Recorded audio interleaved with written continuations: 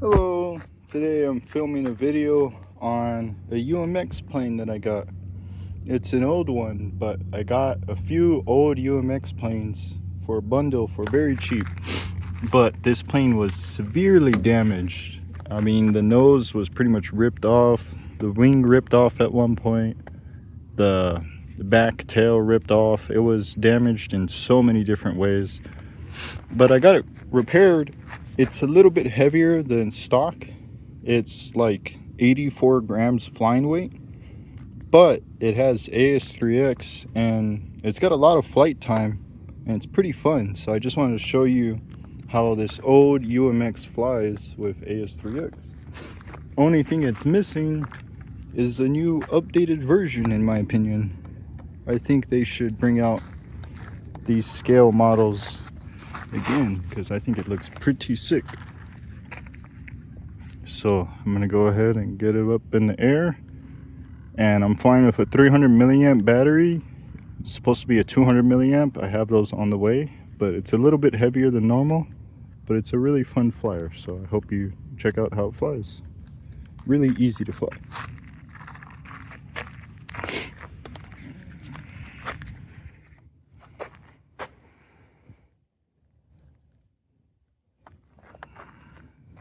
Alrighty, just turning on my transmitter now. I'm flying this on a Boxer TX16 and I have no safe select. Because my repairs are so heavy, I had to put the battery pretty far back to get the right CG. So I stuffed the battery all the way back in there.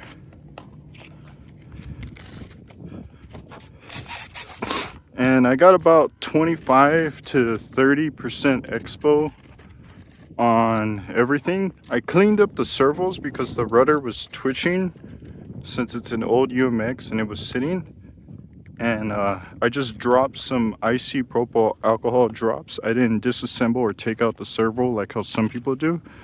I just took a paintbrush and dropped a few drops of isopropyl alcohol, and all my servos are good to go. So check out the throw on this.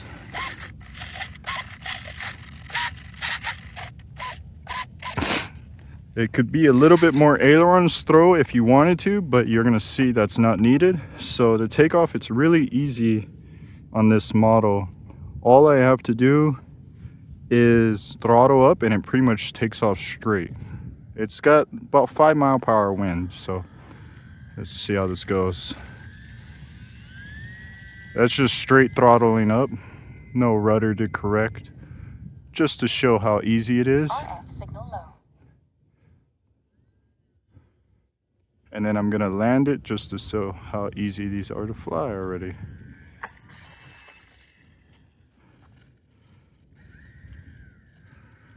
Already landed it. Like I said, it's got a little bit of a breeze. So it's a pretty fun floaty flyer. Like I said, it's heavier than what it should be with the battery and with the repairs. Some people don't like this model because they say it doesn't fly very scale or 3D, but I think for an S-Bosch, it flies pretty scale in my opinion. So just throttling down when I keep the wings level, and then slowly mixing it down. See, it lands real easy, and then let's get some crazy flying. So it's got plenty of roll rate. Let's do a loop. It's got more than enough elevator authority.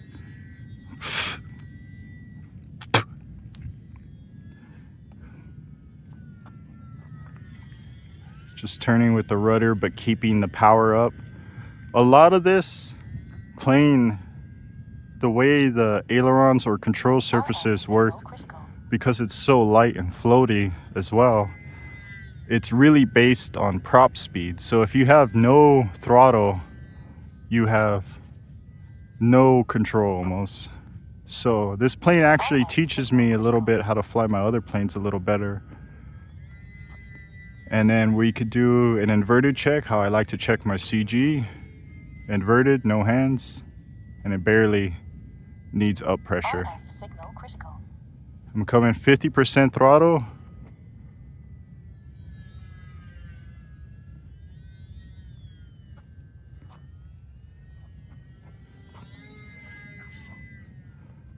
Really fun flyer. It's pretty quiet. Flies like a big S-Bosch to me. Can do basic 3D. Let's try to do a flat spin. I gotta go up pretty high, sorry.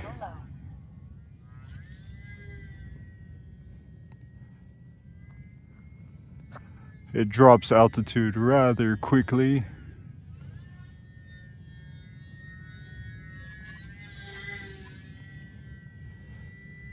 RF signal low.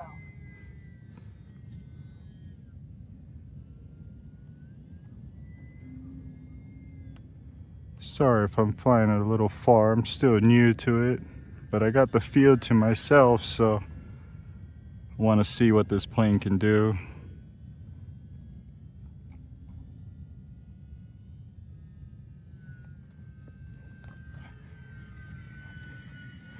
So you see it's pretty stable.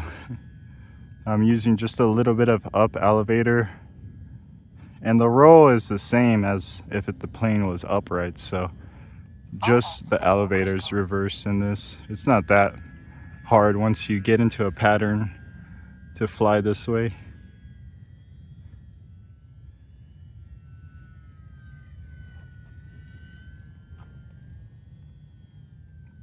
Just throttling up in the turns, keep it safe from stalling. RF signal critical.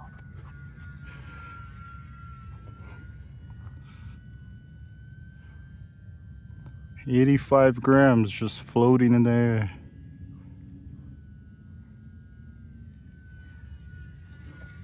It's not too bad. I want to get it really low, but don't want to break this model, obviously. RF signal critical. About as low as I feel comfortable with right now. Do one more and then go to normal flight.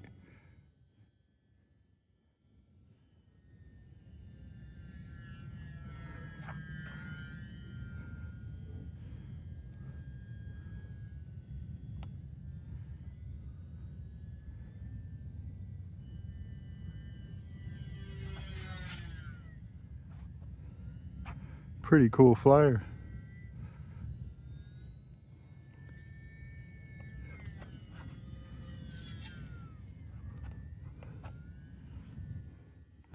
You see it's really floaty. It's a little bit of wind, so it can kind of porpoise up and down a little bit when it gusts up.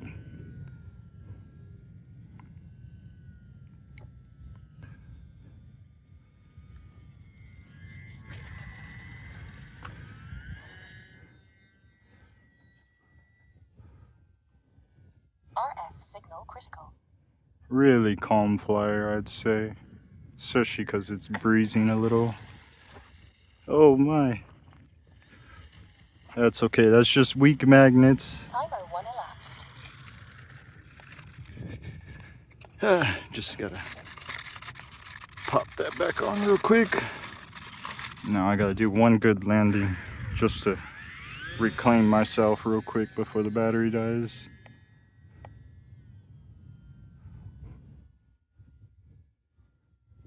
RF signal critical.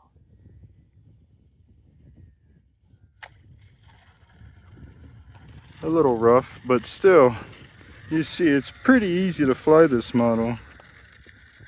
It's not too bad at all. It's a little scale.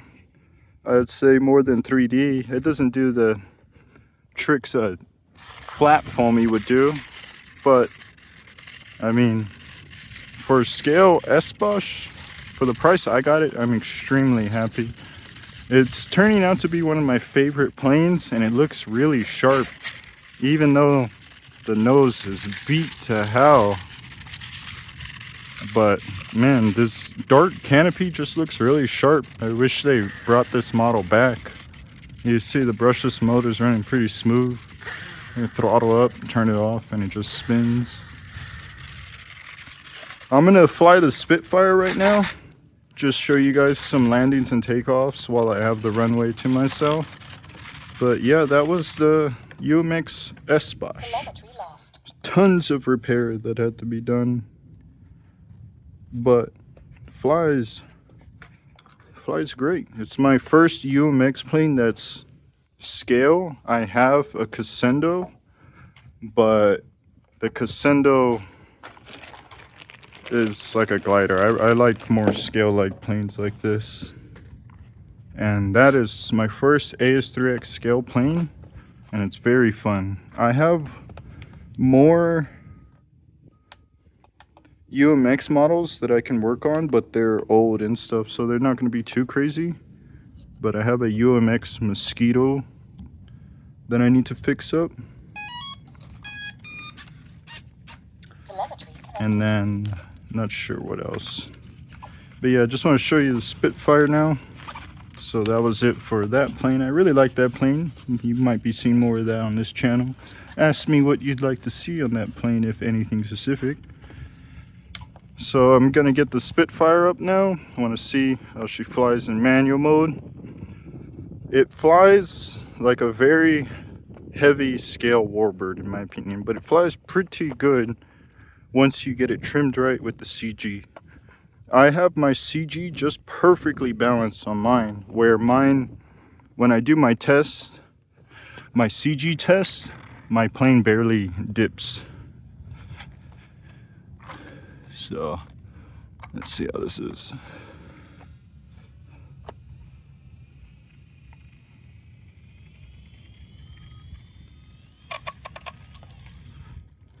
Oop.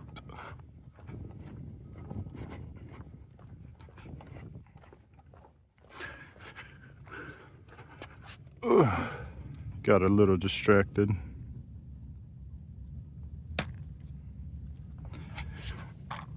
All right, let's go a little quicker this time.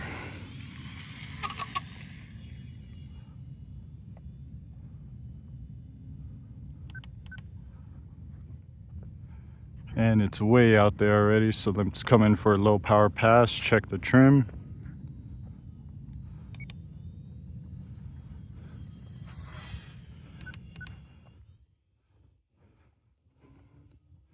Checking it at about 50% power. I can't tell which direction the wind's coming from because it's not enough for this big windsock to move around yet. It's definitely enough to move around this plane.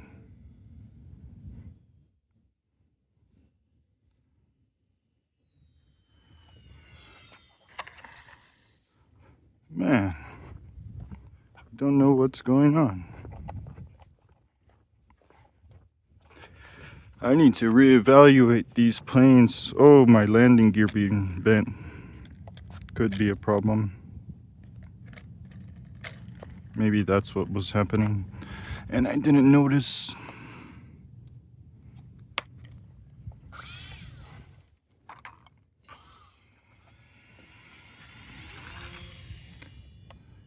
Maybe that was it.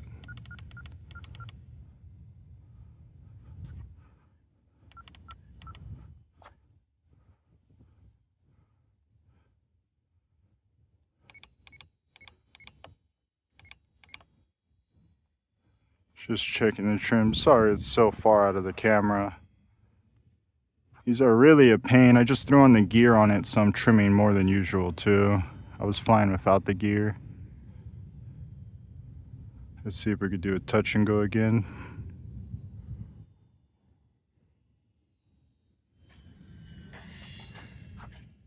There we go. We did like 5 touch and goes right there. Nice. Come in again. Just keep it straight.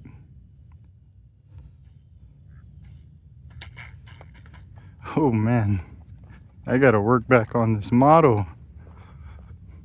Ever since I was flying without the landing gear, I've gotten rough with it. I also was checking out the Trainstar model and I tested it.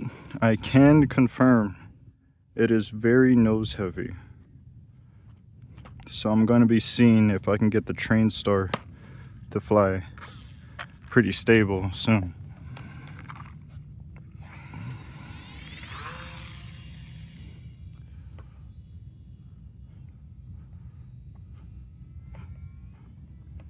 Yeah, these planes take way more skill than the UMX to fly. The UMX, even being a 3D plane, if you limited the roll, it is way more easier to fly than this plane.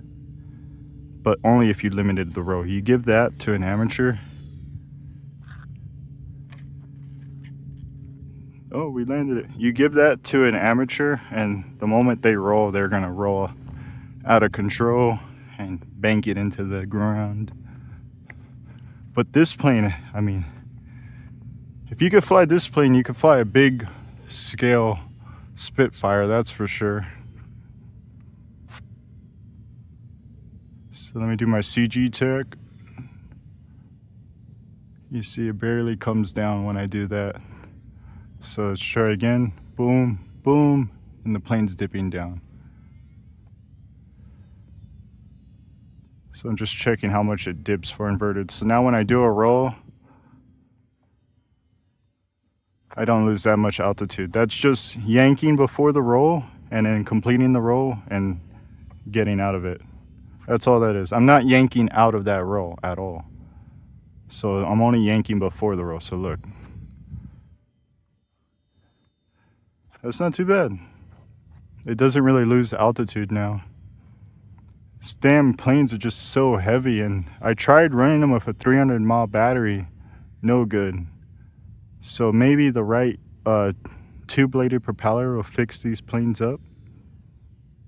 I mean, a lot of old scale UMX planes fly with two-bladed propeller for a reason.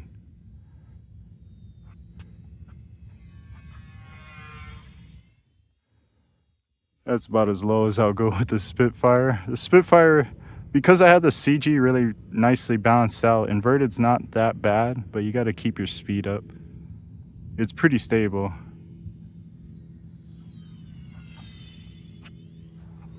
Landing these are a little tricky if you're not comfortable cutting the throttle at the right time.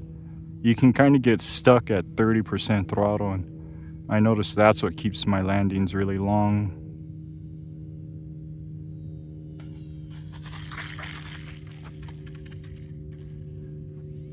So right there, I really cut down the throttle once I started to touch wheels. Lamau. Well, that's it for the Spitfire. I got to work on it a little bit, get it tuned up again. These are the F4U wheels as well, so not its best showing, but flies all right. I really like how that UMX flies. So I'm gonna enjoy the rest of my batteries and go ahead and get that UMX video up. Thanks for watching.